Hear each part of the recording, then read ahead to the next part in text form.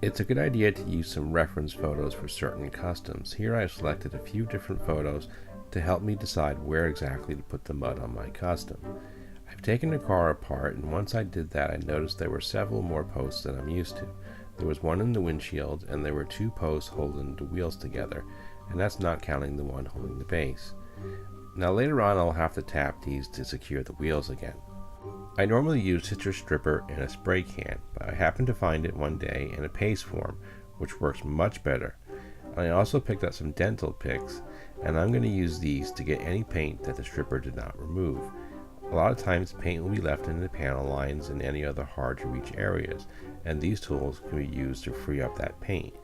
You can also use a brass brush, and that will help you a great deal, and if there's still some paint left you can use some triple-aught steel wool, and that should remove any paint that might be left over.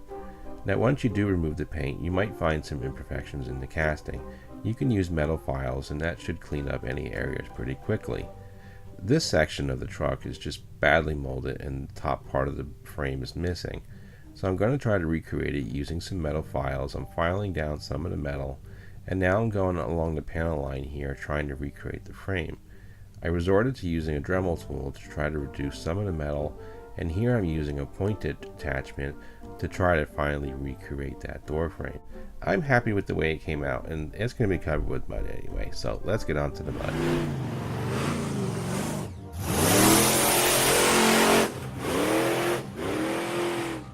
I'm going to create a mud effect using some MIG weathering powders, and I'm going to use mediums, gloss, and matte, and here I'm using the matte medium to create the dry mud effect. I'm taking my powders and mixing it with the matte medium, and I'm applying it to the wheels. And here's what I have so far, and it's going to dry to a lighter color, and if I need to remove some, I can remove some with a Q-tip. But I'm going to keep some in the treads to give it a more realistic look. And now here I am just adding a little bit more and adding some dry powder to give it a bit of a different look.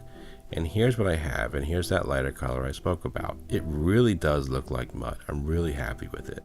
Now we're going to do a wet mud effect, and to do that we're going to use Liquitex, which is a gloss medium.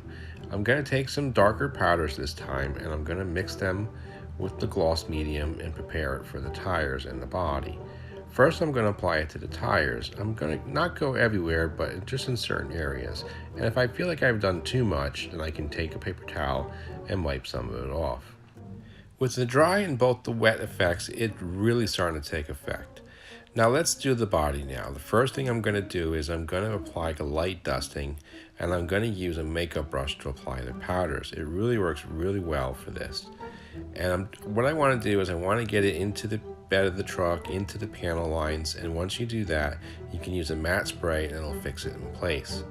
Using some Tamiya weathering powders, which is more like a makeup really, but they go on really well and they're very effective if you want to create some effects like rust. One advantage to using regular powders with this is you can take a lighter shade and blend everything together. As you can see here, it's starting to really take shape. Now we're going to take a lighter powder and just mix everything together and give it that final dusting that I want. I want to create some splatter effects, and I'm simply going to do that with a paintbrush in my finger. You can use an airbrush, but I felt at this small scale it may not look great.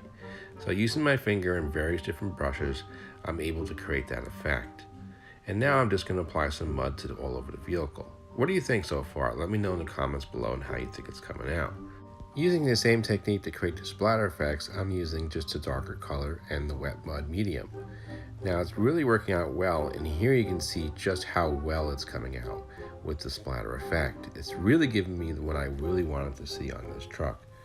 Now I'm just taking the wet mud medium and just applying it to the rest of the truck until I'm happy with the results. The splatter effects and all the previous steps, you can really see now that it's all coming together and looks awesome. I'm simply going to repeat those steps for the base. And for the windshield, I just covered it with mud, and using a Q-tip, I'm going to make some wiper marks. And all I have to do is put it back together, and here she is. What do you think? Let me know in the comments below. I may do a barn find for the next build, not really sure, so if you have any suggestions, include that in the comments too.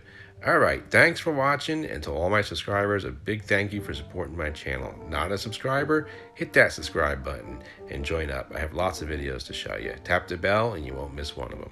Alright guys, I'll see you in the next video.